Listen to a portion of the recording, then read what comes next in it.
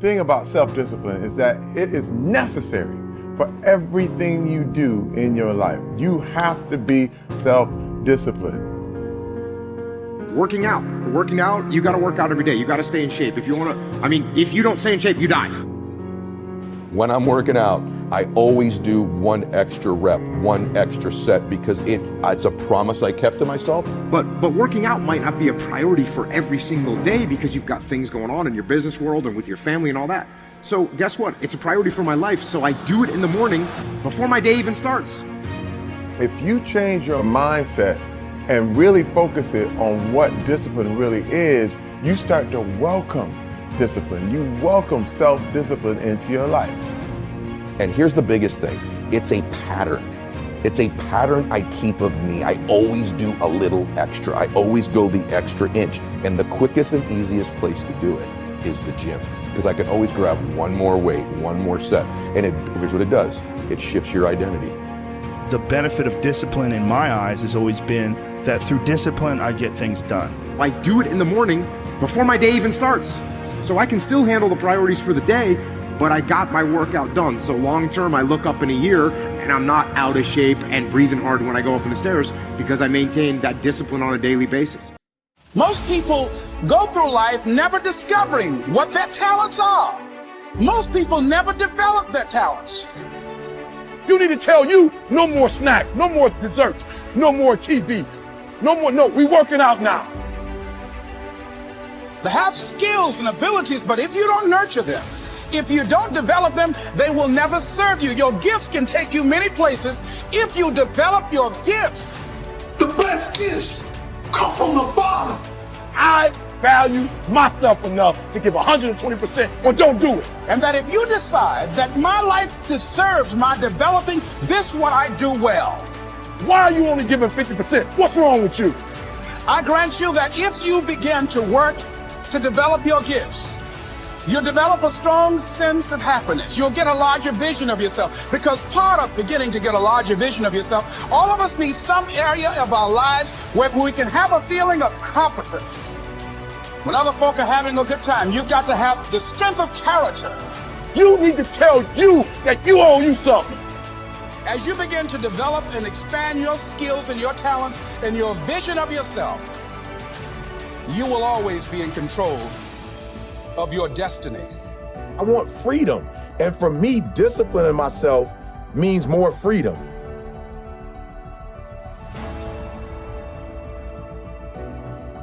It's so easy to be great nowadays because everybody else most people are weak.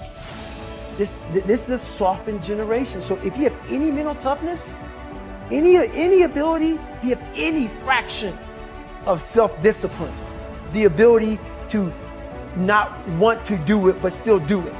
People have a hard thing understand. I hate to run. And what makes me so crazy, it doesn't anymore, people go, well, why do you run if you hate it? What are you talking about?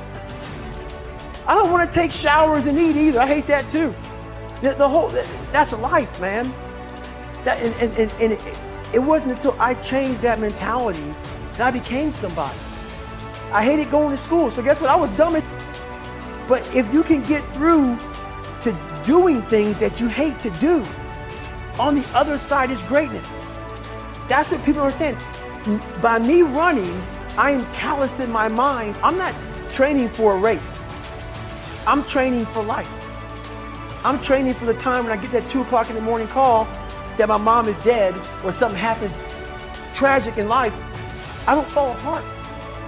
I'm training my mind and my body and my spirit so it's all one, so I can handle what life is going to throw at me. Because the life I've lived, it throws a whole bunch at you. And if you're not physically and mentally prepared for that, you're just going to crumble and you're good for nobody. 99% of people are not willing to do what it takes to make their dreams come true. The Marines have a saying, everybody wants to go to heaven, but nobody wants to die. The center of bringing any dream into fruition is self-discipline. You know, something as simple as food and eating, it's not about your body as much as it is about your mind. It's getting command of your mind to be able to choose actions that are in your own best interest.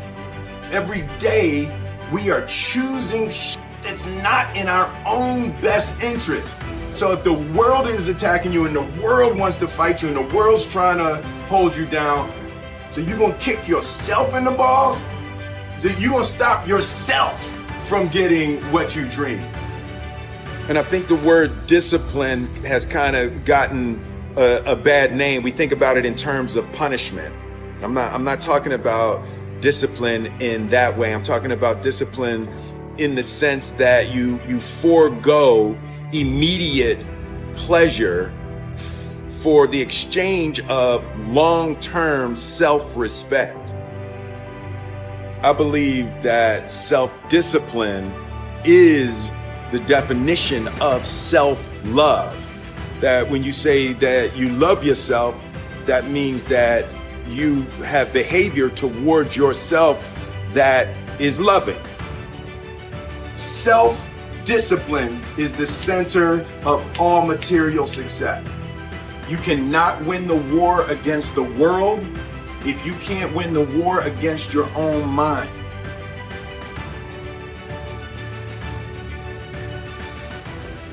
Self-love is when you say to yourself, man, look, I know you and that girl got a real connection.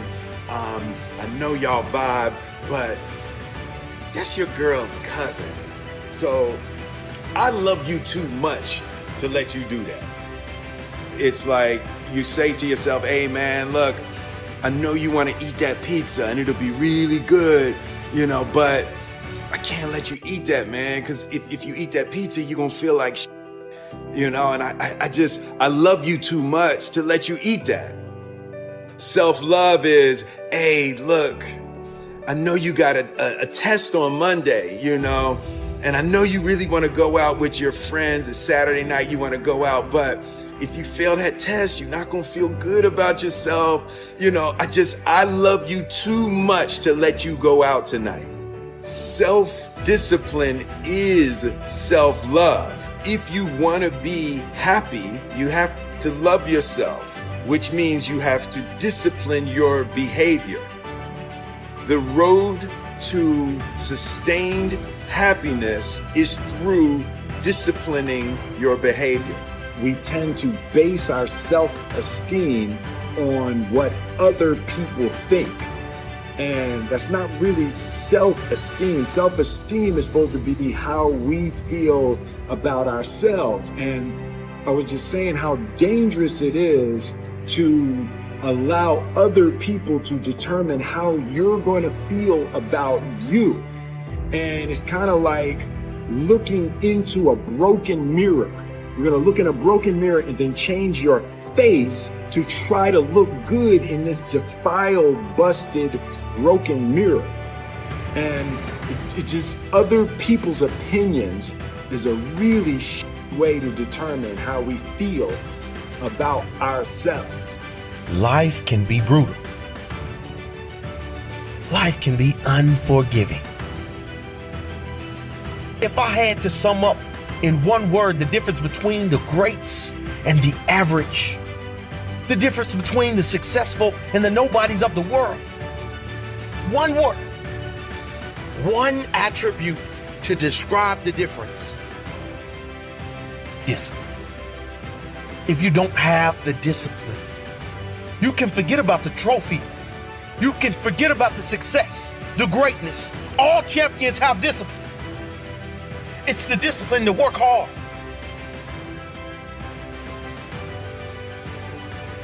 Not when everyone is watching, but when no one is watching. When the fans aren't there, when the coach isn't there, when it's just you and your character. The discipline to eat strong, healthy foods when you have other tempting options. When those around you might not be so strong. The discipline to say no when those around you choose to be average.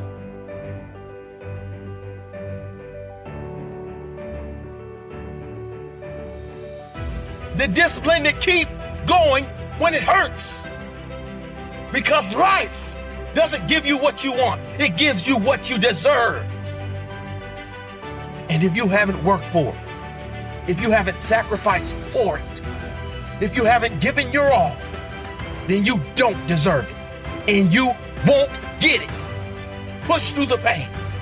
On the other side is growth. When pain comes, that means it's time to show character. Show me your character.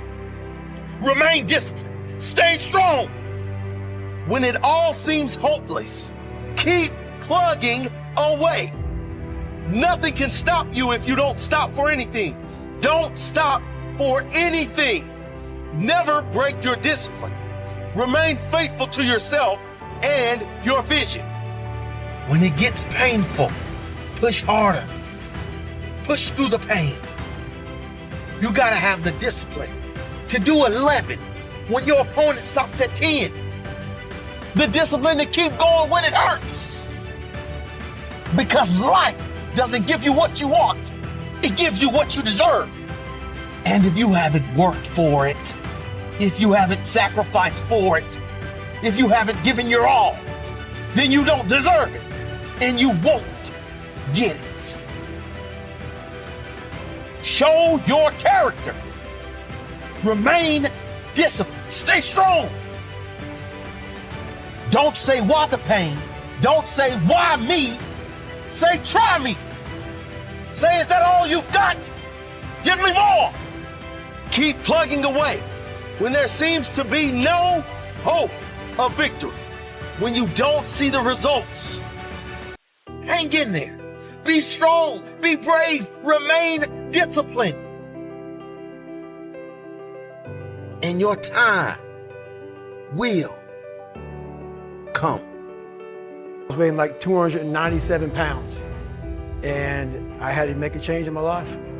You know, I was at an all-time low, and I wasn't going anywhere, and I was exactly what everybody said I was going to be, which was nothing. This man is a self-made beast. Widely considered to be the toughest man on the planet and one of the greatest endurance athletes of all time. I was just an insecure, scared kid. And the only way I could find myself was to put myself through the worst thing possible.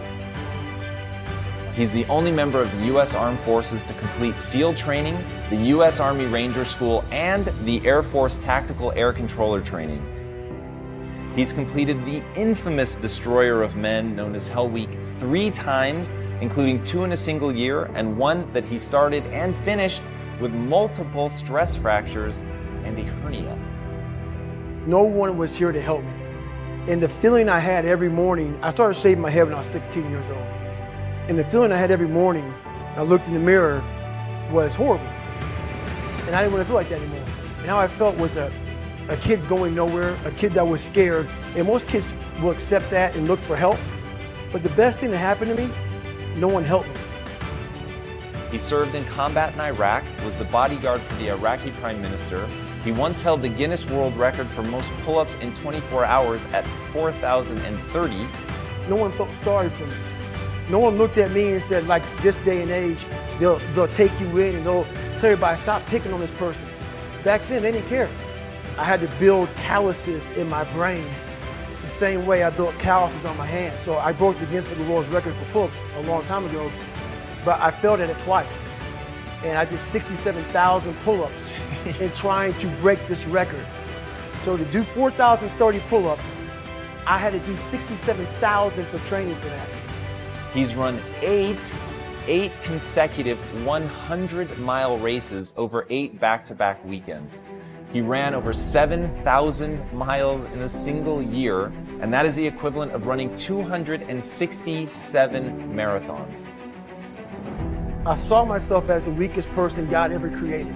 He had to have a goal. My goal was the only person that's going to turn this person around is me. The only way I can turn around is put myself through the worst things possible a human being can ever endure. And that'd be the only way that I can build this brain to handle anything that comes in front of it. callousing my mind through pain and suffering.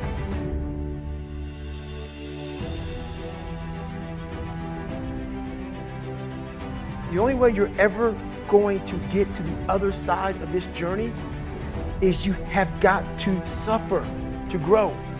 To grow, you must suffer. I'm afraid of my shadow. How can I overcome that? Go in the military, get your kicked, do things you hate to do, be uncomfortable every day of your life. Roger that. I'm not the smartest kid in the world. Okay. Instead of somebody saying, oh no, you're smart. No, don't say that to yourself. I said to myself, no, I'm a dumb motherfucker. Okay, roger that. How you get smarter? Educate yourself. So the things that we run from the truth. We're running from the truth, man. So the only way I became successful was going towards the truth. As painful and as brutal as it is, it changed me. It allowed me to become, in my own right, who I am today. If you can, for the rest of your life, live inside of yourself, stop listening to people who are calling you fat, gay, transsexual. Everything that is makes no sense. All these insecure people putting their insecurities on you, you gotta flush it out. You gotta just be whoever the hell God or whatever the hell you believe in. If you believe in nothing but yourself, I don't care what it is. You gotta take everything and throw it away. You have to believe in one thing, and that is yourself. Around 97% of students are distracted by cell phones. Are you a part of that 97%? When you want to succeed as bad as you want to breathe, then you'll be successful. Whether your distractions are text messages, checking emails, surfing the web, playing games, or scrolling through social media, the fact remains that it is a distraction. I'm saying to you today that there are some of you, if you give up your cell phone, you would be successful. But your cell phone is more important to you than your success. Stop wasting time on your cell phone. Facebook isn't going anywhere. Instagram will still be here this weekend. Focus on your dreams. Focus on your studies. Focus on your goals and aspirations. Put the thing down. Look up. You're missing stuff. What is the long-term effect of too much information? We don't know, but we're finding out. Focus on becoming a better you. A better you that is not distracted by unnecessary things. You gotta cut off the cell phone. You gotta, no TV. There were those of you who were watching the game last night, you really didn't have no business watching these boys win a national title, going to the NBA making millions. You didn't have no business watching them because you're not where you need to be. One that is determined to succeed and not scroll. That is determined to prosper and not post. To grow all day and not game all day. Stop wasting time on your cell phone. And when you get to the point where all you want to do is be successful, as bad as you want to breathe, then you'll be successful. It's about you and your future. It's about your grades. It's about your dreams. Ultimately, it's about your life. The time you spend on your cell phone could be used for your success.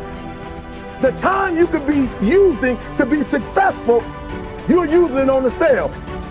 And the cell phone is not bringing you nothing but a bill. Is your life more important than that app, than that game, that post? I need cell phones off. Listen to me. Some of you gonna be broke for the rest of your life because of that little thing on the side. You're gonna be broke for the rest of your life because of a little cell phone. We're so plugged into our cell phones that we become blind to the world around us. And somebody has told you you couldn't live without it. We can't take our eyes off the screen long enough to see the beauty of the world around us. It don't matter whose fault it is that something is broken if it's your responsibility to fix it. For example, it's not somebody's fault if their father was an abusive alcoholic, but it's for damn sure their responsibility to figure out how they're going to deal with those traumas and try to make a life out of it. It's not your fault if your partner cheated and ruined your marriage, but it is for damn sure your responsibility to figure out how to take that pain and how to overcome that and build a happy life for yourself. Fault and responsibility do not go together. It sucks, but they don't. When something is somebody's fault, we want them to suffer. We want them punished. We want them to pay. We want it to be their responsibility to fix it, but that's not how it works, especially when it's your heart. Your heart, your life, your happiness is your responsibility and your responsibility alone. As long as we're pointing the finger and stuck in whose fault something is, we're jammed and trapped into victim mode. When you're in victim mode, you are stuck in suffering. The road to power is in taking responsibility. Your heart, your life, your happiness is your responsibility and your responsibility alone. You can make a person smile, you can make a person feel good, you can make a person laugh, but whether or not a person is happy is deeply and totally and utterly out of your control. The prerequisite for spending time with any person is that they nourish and inspire you. They feed your flame. Look at your last 5 text messages. Are those people feeding your flames or dousing your fire? Put your phone down for just a second and look around. Look to the people around you. Are those people throwing logs on your fire or are they pissing on it? I want my life, I want my work, my family, I want it to mean something. And it's like, if you are not making someone else's life better, then you're wasting your time. The separation of talent and skill is one of the greatest misunderstood concepts for people who are trying to excel, who have dreams, that want to do things. Talent you have naturally. Skill is only developed by hours and hours and hours of beating on your craft. You don't try to build a wall. You don't set out to build a wall.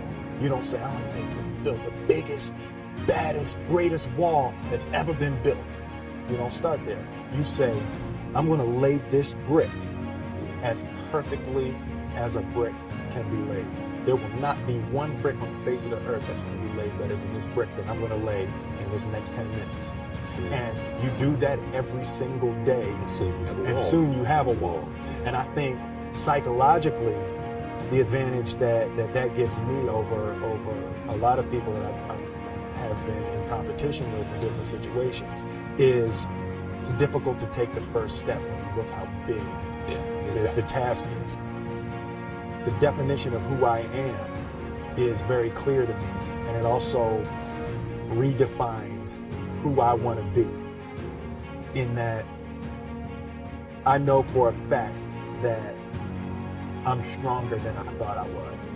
You know, you can't help but ask yourself the question, what would I do if I was in Muhammad Ali's shoes? I'm motivated by fear. I hate being scared to do something. And I think what developed in my early days was the attitude that I started attacking things that I was scared of. Why were you scared in your bed the night before? What do you need that fear for? Just don't go. Why are you scared in your bed 16 hours before you jump? Why are you scared in the car? Why could you not enjoy breakfast? Fear is fear of what? You're nowhere even near the airplane. Everything's up to the stepping out. There's actually no reason to be scared. It only just ruins your day. You don't have to jump. And then in that moment, all of a sudden, where you should be terrified is the most blissful experience of your life. And God placed the best things in life on the other side of terror. And they had the nerve to count you out. That's because they didn't understand that your motivation would never let you stay down for the count. It's times like these that we separate the real from the fake. And when it's like you can take a punch and bounce right back because you understand and know exactly what's at stake. It's times like these that we separate the real from the fake.